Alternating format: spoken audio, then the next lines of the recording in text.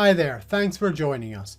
In this Repricer.com video, we're going to take a look at our automations feature. Think of automations as a simple way of moving your products from one rule to another automatically.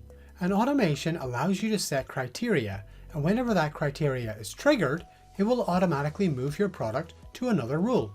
In this case, we're going to show you how you can automate your products based on the number of sales you've made on that product. In order to get started, we need to go to the automation screen. Click Automations on the left-hand side of your screen. Then we're going to create a new automation. Choose the option right here. The first thing we need to do when creating a new automation is to give it a name. Be as descriptive as possible. Then we need to choose a channel. If you do want to put an automation on more than one channel, you would need to create an automation for each. With our name and channel set, we move on to the Triggers tab where the magic happens. From the trigger list, choose Sales.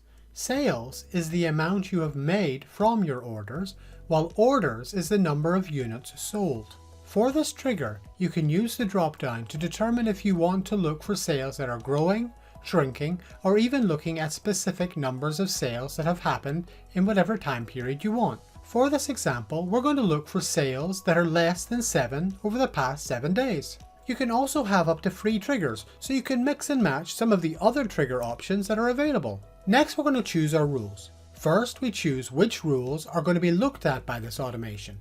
If a product is not in one of the rules selected, it will not automate. The second option is to choose the rule that your product is going to be moved into. With those selected, we have our final option. What happens when the automation no longer triggers? In this case, if our sales grow to be more than 7 in the previous 7 days. You can choose to either stay on that rule or revert back to the previous rule. We'll leave the setting to move back to the previous rule. Next, we're going to move on and have a look at our Timings tab. Our Timings tab gives us a bit more control over when and where our automations are going to trigger. The first option is Lock Period. This basically allows you to lock your products so they cannot automate again for a while. As an example, you can set it to lock your product for 7 days if this automation is triggered.